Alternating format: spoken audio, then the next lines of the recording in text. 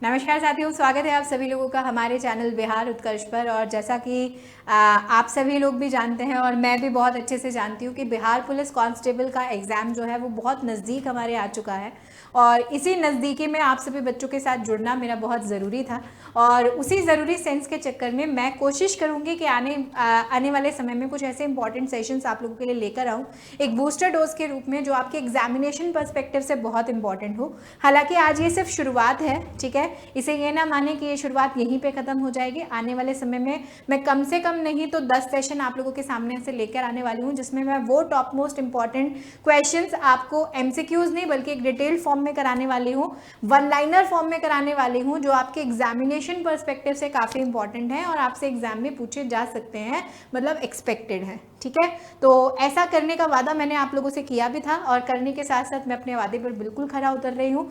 ये important series जो है बहुत ज़्यादा समय आपका नहीं लेंगी, मुझे पता है इस समय भी बहुत ज़्यादा इंपॉर्टेंट है हम सभी बच्चों के लिए, ठीक है। तो मुश्किल से 10 से 15 मिनट की एक सीरीज़ जो है वो मैं आप लोगों के सामने रोज़ लेकर आऊँगी, जिसमें आप 10 से 15 मिनट साइंस के कुछ इंपॉर्टेंट क्वेश्चंस को यहाँ पर क्या कर सकते हैं, रिवाइज कर सकते हैं। मे बी इसमें से बहुत सारे क्वेश्चन जो हैं वो आपको आने वाले एग्जाम्स में यहाँ पर मिल जाए, ठीक है। चलिए, तो बिना देरी करे शुरुआत करते हैं आज के जो है वो आज के प्रश्नों की, है ना। यहाँ पर जो है वो यहाँ पर एमसीक्यूज नहीं है, सीधे सीधे क्वेश्चन एंड आंसर है। और आज की क्लास में तो नहीं, लेकिन आने वाली क्लास में मैं आप लोगों को बहुत सारे न्यूमेरिकल्स भी जो है वो इससे रिलेटेड यहाँ पर करवाने वाली हूँ, ठीक है। क्वेश्चन जो है वो क्वेश्चन पहला जो है वो पहला आपसे पूछा जा रहा है कि सबसे बड़ी आंखें जो हैं वो किस स्तनधारी प्राणी की होती हैं। अब ये थोड़ा सा आउट ऑफ सब्जेक्ट क्वेश्चन कुछ ऐसे होते हैं जो हम लोगों से क्या कर लिए जाते हैं, पूछ लिए जाते हैं। तो आप सब लोगों को याद रखना है कि अगर हम लोग सभी जानवरों में बात करें किसकी, हिरण की या डियर की, तो ये जो हिरण होता है, इस हिरण की आंखें जो होती हैं वो बाकी सभी जीवों की तुलना में सबसे ज्यादा क्या होती हैं,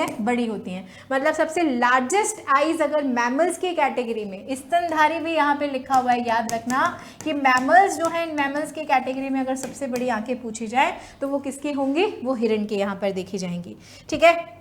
अगला क्वेश्चन आपसे पूछा गया है कि आज कार्बन डाइऑक्साइड के उत्सर्जन में सर्वाधिक योगदान करने वाला देश जो है वो कौन सा है।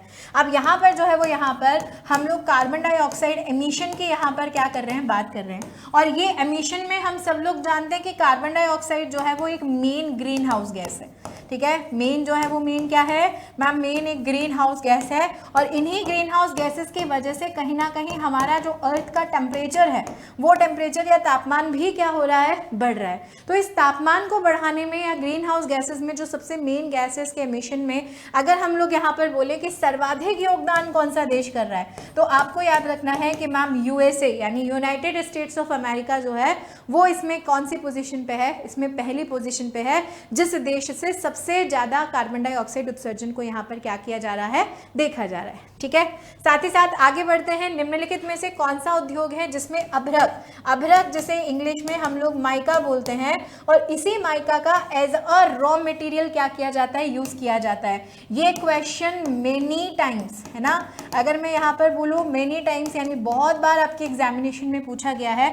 और इसी अभ्रक या माइका का जो सबसे ज्यादा यूज होता है वो हमारे विद्युत उद्योग में होता है, ठीक है। मतलब अगर हम लोग इलेक्ट्रिकल इंडस्ट्री की बात करें, जहाँ पर बहुत सारे इलेक्ट्रिकल अप्लायंसेस जो हैं वो क्या किए जाते हैं, बनाए जाते हैं, तो वहाँ पर यही अभ्रक या माइका जो है इसका उपयोग हम लोग एज अ रॉ मटेरियल जो है वो वहाँ पर देखते हैं, ठीक है। तो विद्युत इसका सही आंसर यहाँ पर हो जाएगा।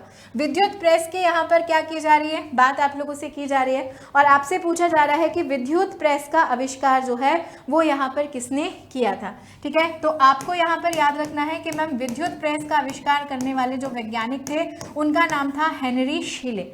अब इस विद्युत प्रेस से एक और क्वेश्चन हम लोगों से यहाँ पर पूछा जाता है कि मैम जो प्रेस होती है, इस प्रेस के अंदर जो है वो अंदर क्या होता है, एक फिलामेंट होता है या फिर हम लोग बोलें तो एक प्लेट होती है। और ये प्लेट कौन सी धातु की बनी होती है, तो ये नाइक्रोम की बनी हुई होती है। और नाइक्रोम क्या है मैम, नाइक्रोम एक मिश्र धातु है, ठीक है। और जैसा हमें नाम से समझ में आ रहा है कि नाइक्रोम मतलब निकल और क्रोमियम से मिलकर जो है वो मिलकर क्या बनती है, ये हीटिंग प्लेट बनती है, जिसकी वजह से प्रेस जो है वो तुरंत प्रभाव से क्या हो जाती है, गर्म हो जाती है। तो विद्युत प्रेस का आविष्कार जो है वो किसने किया था, हेनरी शीले ने किया था। एक यही क्वेश्चन जो है वो विद्युत बल्ब के कॉन्टेक्स्ट में भी हमसे पूछा जाता है। तो आपको याद रखना है विद्युत बल्ब का आविष्कार किया था मैम किसने, थॉमस एल्वा एडिसन के द्वारा। और जो हमारा विद्युत बल्ब होता है इसके अंदर का जो तापमान होता है, ठीक है, वही अंदर का तापमान लगभग अगर हम लोग मान के चलें तो 2500 डिग्री सेल्सियस तक यहाँ पर होता है। ठीक है, इसके अंदर जो है वो अंदर एक क्या होता है, फिलामेंट भी होता है जो एक तंतु के रूप में देखा जाता है। और हमसे पूछा जाता है कि ये फिलामेंट किसका बना होता है, तो मैम ये टंगस्टन धातु का बना होता है जिसका सिंबल होता है W। और टंगस्टन धातु का ही क्यों बनाया जाता है, क्योंकि मैम टंगस्टन धातु का जो मेल्टिंग पॉइंट होता है वो बहुत हाई होता है। हालांकि बल्ब के अंदर टेम्परेचर 2500 डिग्री सेल्सियस होता है, लेकिन टंगस्टन धातु इस 2500 डिग्री सेल्सियस के टेम्परेचर पर भी नहीं पिघलती है, और इसी वजह से वो फिलामेंट जो है वो फिलामेंट हमें एज इट इज देखने को मिलता है। तो ये कुछ इंपॉर्टेंट प्रश्न हैं जो आपसे पूछे जाते हैं। प्रेशर कुकर में खाना जो है वो खाना जल्दी पक जाता है क्योंकि, ठीक है, हम लोग नॉर्मल अगर कढ़ाई में खाना बनाएंगे तो वो खाना शायद इतनी जल्दी नहीं पकेगा, लेकिन वही खाना अगर हम लोग प्रेशर कुकर में बनाएंगे तो वो जल्दी पक जाएगा। इसका रीज़न क्या है मैम, इसका रीज़न है प्रेशर। ठीक है, प्रेशर बोले तो दाब, ये दाब जो है वो दाब क्या हो जाता है, अधिक हो जाता है। और अगर हम लोग दाब का टेम्परेचर से रिलेशन यहाँ पर जो है वो यहाँ पर देखें तो आपको याद रखना है कि टेम्परेचर से प्रोपोर्शनेट रिलेशन होता है कि अगर दाब अधिक होगा तो तापमान भी क्या होगा मैम, बढ़ेगा। ठीक है, और क्योंकि प्रेशर कुकर में ढक्कन लगा के उसके अंदर प्रेशर को इंक्रीज किया जाता है तो टेम्परेचर भी इंक्रीज हो जाता है, और प्रेशर और टेम्परेचर दोनों के बढ़ने की वजह से ही वो खाना जो है वो क्या होता है, जल्दी पकता है एज कंपेयर टू भगोना, कढ़ाई, बर्तन जो भी आप लोगों के पास है। ठीक है, चलिए, दाब बढ़ाने पर जल का जो क्वथनांक है उस पर क्या प्रभाव पड़ता है, दाब बढ़ाने पर जल का क्वथनांक। अब देखो यहाँ पर एक टर्म यूज करी है क्वथनांक। क्वथनांक जो है इसे हम लोग इंग्लिश में बोलते हैं क्या मैम, इंग्लिश में बोलते हैं हम लोग यहाँ पर बॉइलिंग पॉइंट। और बॉइलिंग पॉइंट में अगर जल के रेस्पेक्टिवली हम लोग बॉइलिंग पॉइंट बोले तो मैम पानी का जो बॉइलिंग पॉइंट होता है वो होता है 100 डिग्री सेल्सियस। अब मैंने अभी आप लोगों को बताया कि बेटा प्रेशर जो है उसी प्रेशर का टेम्परेचर से क्या होता है, प्रोपोर्शनेट रिलेशन होता है कि अगर प्रेशर बढ़ेगा तो टेम्परेचर भी बढ़ेगा, और टेम्परेचर बढ़ेगा तो पानी जो है वो पानी जल्दी उबलेगा। हम गैस को धीमा करेंगे तो पानी जो है वो धीरे गर्म होगा, लेकिन उसी गैस को अगर हम लोग हाई फ्लेम पे कर देंगे तो वही पानी जल्दी क्या होने लग जाएगा, बॉयल होने लग जाएगा। तो जब प्रेशर का टेम्परेचर से प्रोपोर्शनेट रिलेशन है तो दाब बढ़ाने पर जल का क्वथनांक भी जो है वो क्या होता है, बढ़ता है, इंक्रीज होता है ना। वाटर जो है, इस वाटर का बॉइलिंग पॉइंट भी यहाँ पर क्या हो रहा है, बढ़ रहा है। चलिए अगला क्वेश्चन आप लोगों के सामने है, प्रत्येक क्रिया के बराबर और विपरीत दिशा में एक प्रतिक्रिया होती है, ये न्यूटन का कौन सा नियम है। ठीक है, तो हम सब लोग जानते हैं कि मैम ये जो हमारे न्यूटन भाई साहब हैं इन्होंने कितने नियम दिए थे, इन्होंने हमें जो है वो हमें 3 नियम दिए थे। पहला नियम दिया था कौन सा मैम, पहला नियम दिया था जड़त्व का नियम। दूसरा नियम इन्हें हमने कौन सा दिया था मैम, दूसरा नियम इन्होंने हमें दिया था संवेग संरक्षण जो है, इसी संरक्षण का नियम, जिसके अकॉर्डिंग एक फॉर्मूला हमारे पास निकला था F बराबर ma। और तीसरा नियम इन्होंने हमें कौन सा दिया था मैम, तीसरा दिया था क्रिया प्रतिक्रिया का नियम।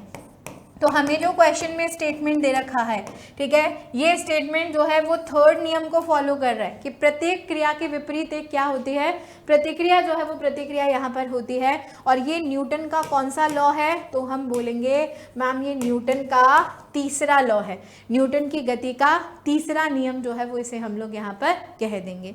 अगला क्वेश्चन आप लोगों के सामने है, तांबा कॉपर का शत्रु तत्व जो है वो यहाँ पर कौन सा होगा। कॉपर हम सभी लोगों को पता है कि कॉपर एक क्या है मैम, कॉपर एक धातु है। ठीक है, लेकिन जब हम लोग कॉपर जो है, इस कॉपर के मेटल की बात करेंगे तो इस मेटल को कहीं ना कहीं खराब करने वाला जो इसका शत्रु तत्व है, कि अगर कॉपर जो है उस कॉपर की रिएक्शन इससे हो जाए तो कॉपर जो है वो कॉपर बिल्कुल मलिनीकरण की स्थिति में आ जाएगा। तो वो क्या है, गंधक, गंधक जिसे हम लोग बोलते हैं सल्फर।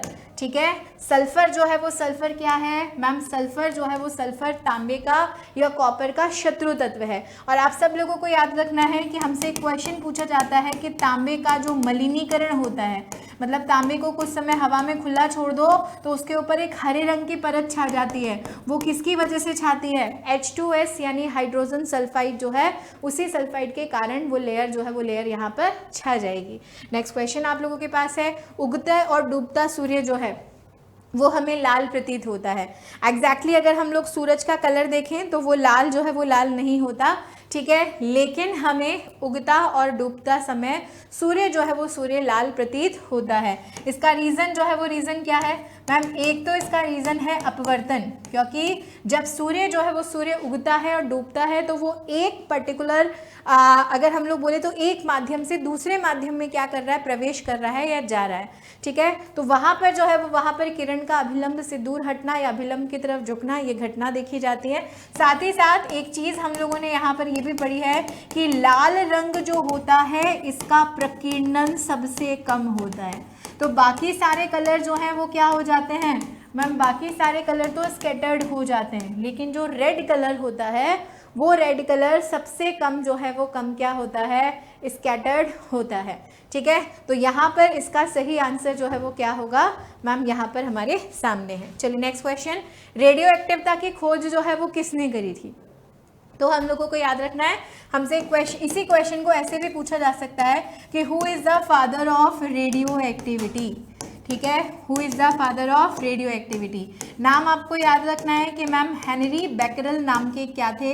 वैज्ञानिक थे जिन्होंने रेडियो एक्टिवता को खोजा था। ठीक है, अल्फा बीटा और गामा किरण आप लोगों को यहाँ पर याद होगा। ठीक है, और इन्हीं हेनरी बैकरल की कौन थी? शिष्य थी, जिनका नाम क्या था? जिनका नाम था मैडम क्यूरी। और यही मैडम क्यूरी हैं जिन्होंने रेडियम की खोज की थी। रेडियम क्या है मैम? ये एक रेडियो एक्टिव एलिमेंट है, इसको खोजा था और इसकी खोज के लिए नोबेल पुरस्कार भी मिला था। और अगर आप लोगों से कोई पूछे कि what is the unit of radio activity, radio activity की इकाई जो है वो इकाई यहाँ पर क्या होगी, तो आपको याद रखना है कि मैम क्यूरी जो है, मैडम क्यूरी के नाम पे जो क्यूरी है उसे ही हम लोग रेडियो एक्टिविटी की यूनिट यहाँ पर बोलते हैं। चलिए नेक्स्ट क्वेश्चन हम लोग यहाँ पर देखते हैं। दो समतल दर्पण एक दूसरे से 60 डिग्री के कोण पर झुके हुए हैं। ये एक समतल दर्पण है, ये दूसरा समतल दर्पण है, इनके बीच में जो एंगल है वो 60 डिग्री है। This is what first mirror, this is what second mirror. इनके बीच रखी एक गेंद, अगर मैं इनके बीच यहाँ पर एक गेंद रख दूँ तो फिर बने हुए प्रतिबिंबों की संख्या यहाँ पर कितनी होगी? हमने इस तरह के क्वेश्चंस को सॉल्व करने के लिए एक फॉर्मूला जो है वो पढ़ा हुआ है, और वो फॉर्मूला क्या है कि जब दो समतल दर्पण एक निश्चित कोण पर रखे हुए होते हैं तो उससे बनने वाले प्रतिबिंबों की संख्या को हम लोग n से रिप्रेजेंट करते हैं, और n बराबर 360 डिग्री अपॉन क्या होता है? थीटा होता है। ठीक है, n बराबर 360 डिग्री अपॉन थीटा। तो 360 डिग्री हो गया, थीटा हमें कितना दे रखा है?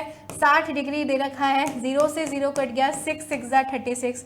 लेकिन हमने इसी के साथ साथ एक और रूल पढ़ा था कि अगर प्रतिबिंबों की संख्या जो है वो एक सम संख्या हो, ठीक है, प्रतिबिंबों की संख्या एक सम संख्या हो, तो इस कंडीशन में क्या होगा? इस कंडीशन में जो है वो क्या होगा? इस कंडीशन में हम लोग n बराबर 360 डिग्री अपॉन थीटा माइनस 1 कर देंगे, यानी 6 माइनस 1 5 हमारा यहाँ पर राइट आंसर आ जाएगा, है ना। ये क्वेश्चन कई बार एग्जामिनेशन में रिपीट हुआ है, होप्स हो आपके बिहार पुलिस कांस्टेबल में भी आगे पूछ लिया जाए। पानी के अंदर हवा का एक बुलबुला किस तरह बर्ताव जो है वो यहाँ पर करता है? इस क्वेश्चन के लिए तो मैंने आप लोगों को बोला था कि रट लेना बेटा, है ना, रट लेना, कोई भी मतलब यहाँ पर नहीं है, आपको सीधा सीधा इसको याद करना है, क्योंकि एज इट इज़ ये क्वेश्चन आता है, कुछ भी नहीं बदलता। पानी के अंदर हवा का एक बुलबुला जो है वो अवतल लेंस की भांति क्या करेगा? व्यवहार करेगा। दूसरा, इकाइयों की समस्त व्यवस्थाओं में किस इकाई की मात्रा जो है वो क्या होती है? समान होती है।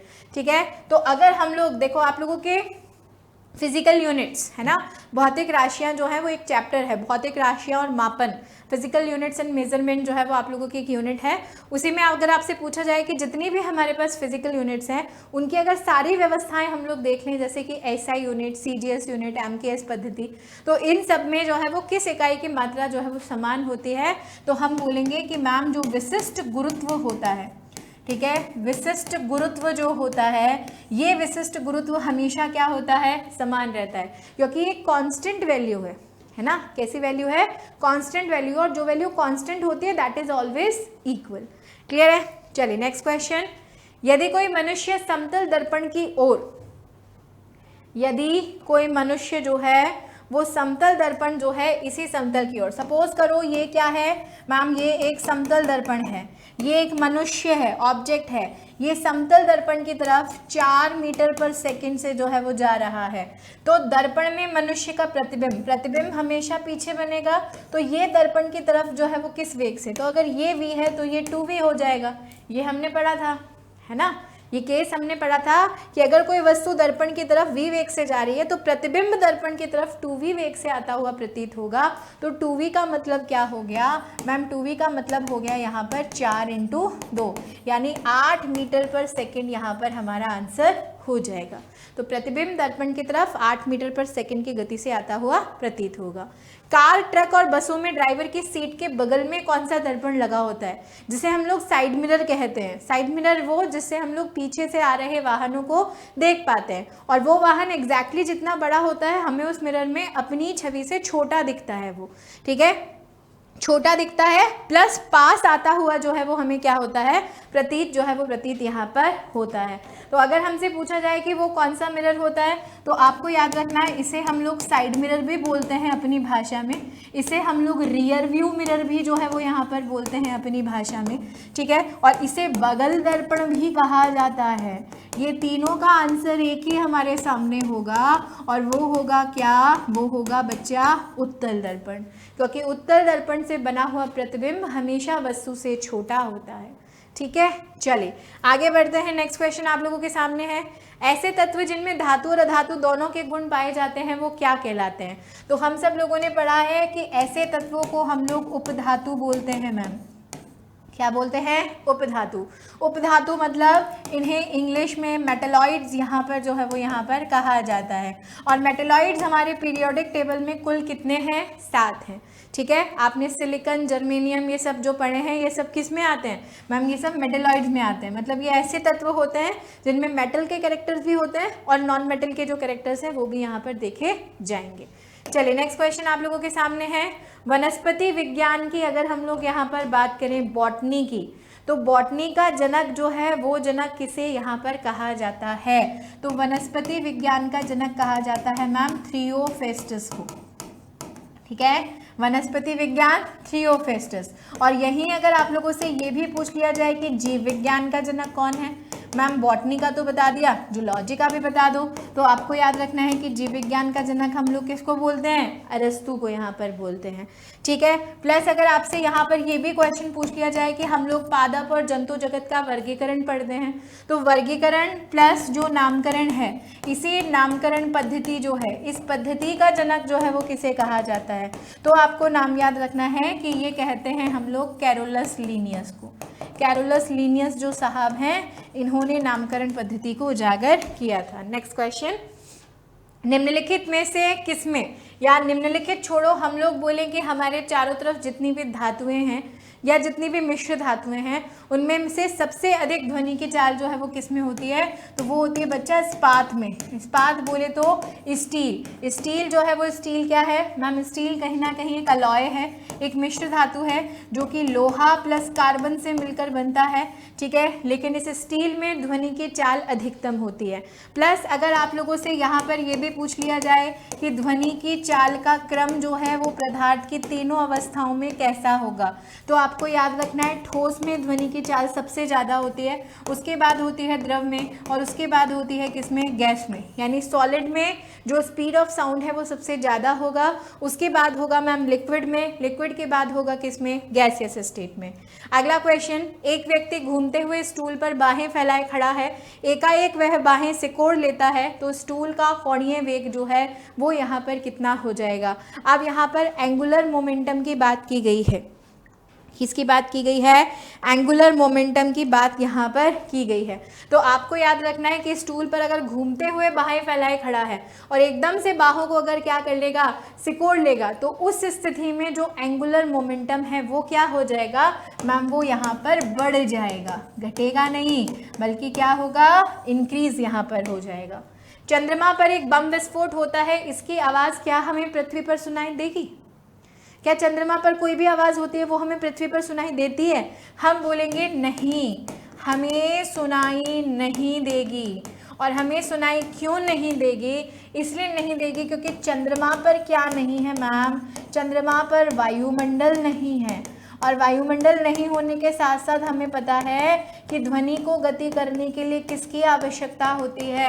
मैम ध्वनि को गति करने के लिए माध्यम की आवश्यकता होती है, और अगर हमें वहाँ पे माध्यम नहीं मिल रहा है तो हमें वो आवाज़ कैसे सुनाई देगी? हमें नहीं सुनाई दे सकती। ठीक है, चलिए आगे बढ़ते हैं। अगला क्वेश्चन आप लोगों के सामने है, चंद्रमा पर वायुमंडल ना होने का कारण क्या है? मतलब ऐसा क्या है कि चंद्रमा पर वायुमंडल जो है वो वायुमंडल नहीं है? तो आपको याद रखना है वायुमंडल ना होने का कारण है चंद्रमा पर पलायन वेग। ठीक है, पलायन वेग जिसे हम लोग एस्केप वेलोसिटी यहाँ पर जो है वो यहाँ पर बोलते हैं। और अगर इसी एस्केप वेलोसिटी का मान आपसे पृथ्वी के कॉन्टेक्स्ट में पूछ लिया जाए तो याद रखना 11.2 किलोमीटर पर सेकेंड जो है वो पृथ्वी का पलायन वेग होता है, जिस वेग से अगर धरती से किसी वस्तु को फेंका जाए तो वो लौटकर वापस हमारे पास नहीं आती है। ठीक है, चलिए आगे बढ़ते हैं। यदि किसी सरल लोलक की लंबाई 4% बढ़ दी जाए तो उसका आवर्तकाल जो है वो कितना हो जाएगा? तो आपको याद रखना है कि हम लोग लंबाई की यहाँ पर बात कर रहे हैं और आवर्तकाल को हम लोग टी से क्या करते हैं? रिप्रेजेंट करते हैं। ठीक है, तो लंबाई जो है वो लंबाई जो है ये कहीं ना कहीं t/2 के प्रोपोर्शनल होती है। तो अगर लंबाई को 4% बढ़ाओगे तो आवर्तकाल जो है वो 2% जो है वो क्या हो जाएगा? रह जाएगा या बढ़ जाएगा। चलिए, एक लड़की झूला झूल रही है, उसके पास एक अन्य लड़की आकर बैठ जाती है, तो झूले का आवर्तकाल मतलब पहले वो झूला जो है वो झूला झूल रही थी, ठीक है, उसके पास एक लड़की जो है वो लड़की आकर बैठ गई, तो मैम झूले की स्पीड में जो है वो फ़र्क पड़ सकता है, लेकिन क्या उसके आवर्तकाल में कोई फ़र्क पड़ेगा? तो हम बोलेंगे नहीं, कोई परिवर्तन नहीं होगा। ठीक है, आवर्तकाल में किसी भी तरह का कोई परिवर्तन नहीं होगा। हाँ, झूले की गति कुछ कम यहाँ पर हो सकती है। हम रेडियो की घुंडी घुमाकर विभिन्न स्टेशनों के प्रोग्राम सुनते हैं, क्या यह संभव है? तो हम बोलेंगे बिल्कुल जो है वो बिल्कुल ये संभव है। पुराने ज़माने में जब रेडियो होते थे तो उनके आगे एक बटन होता था जिसे घुमाकर हम चैनल को चेंज कर लेते थे और अलग अलग स्टेशन की चीज़ें सुन सकते थे। तो ऐसा किसकी वजह से होता है? मैम ध्वनि वाला चैप्टर हमने पढ़ा है और उस ध्वनि वाले चैप्टर में एक कॉन्सेप्ट आता है जिसे हम लोग बोलते हैं अनुनाद। अनुनाद यानी बोले तो मैम इसे रेजोनेंस कहा जाता है। और ऐसा किसकी वजह से होता है? मैम ऐसा रेजोनेंस के कारण यहाँ पर देखा जाता है। वेंचुरी मीटर से क्या ज्ञात किया जाता है? वेंचुरी मीटर, अब देखो मेजरमेंट यूनिट्स आपने पढ़ी है, बहुत सारे मीटर्स हमारे सामने यहाँ पर आते हैं, हमने काफ़ी सारे मीटर्स की प्रैक्टिस भी करी और इवन आप अभी भी जो है वो हमारी क्लासेस में प्रैक्टिस कर रहे होगे, लेकिन वेंचुरी मीटर आपने नहीं सुना होगा। एक स्पेसिफिक जो है वो इंस्ट्रूमेंट है और इस वेंचुरी मीटर से हम लोग क्या करते हैं मैम, जल के प्रवाह की जो दर होती है उसी जल के प्रवाह की दर को वेंचुरी मीटर की सहायता से मापा जाता है। ठीक है, तो आई होप ये क्वेश्चंस जो है वो क्वेश्चंस आपके आने वाले एग्जाम की दृष्टि से बहुत इंपॉर्टेंट होने वाले हैं, है ना। बैच में मैंने आप सभी लोगों को पढ़ाया है और मैंने वादा भी किया था कि अंतिम समय में मैं कुछ ऐसा आप लोगों के लिए लेकर आऊँगी जो आप सब लोगों के लिए कहीं ना कहीं अगर हम लोग कहें तो एक रामबाण का काम करेगा। तो मेरे इस 10 से 15 मिनट के सेशन के साथ आप ज़रूर से जुड़िएगा, अपने दिन में ये 15-20 मिनट ज़रूर निकालो और इन क्वेश्चन को एक बार रिवाइज करो। ऐसे ही शानदार प्रश्नों की श्रृंखला के साथ फिर मिलूंगी मैं सेशन में, जुड़े रहिएगा हमारे बिहार उत्कर्ष के चैनल से। धन्यवाद।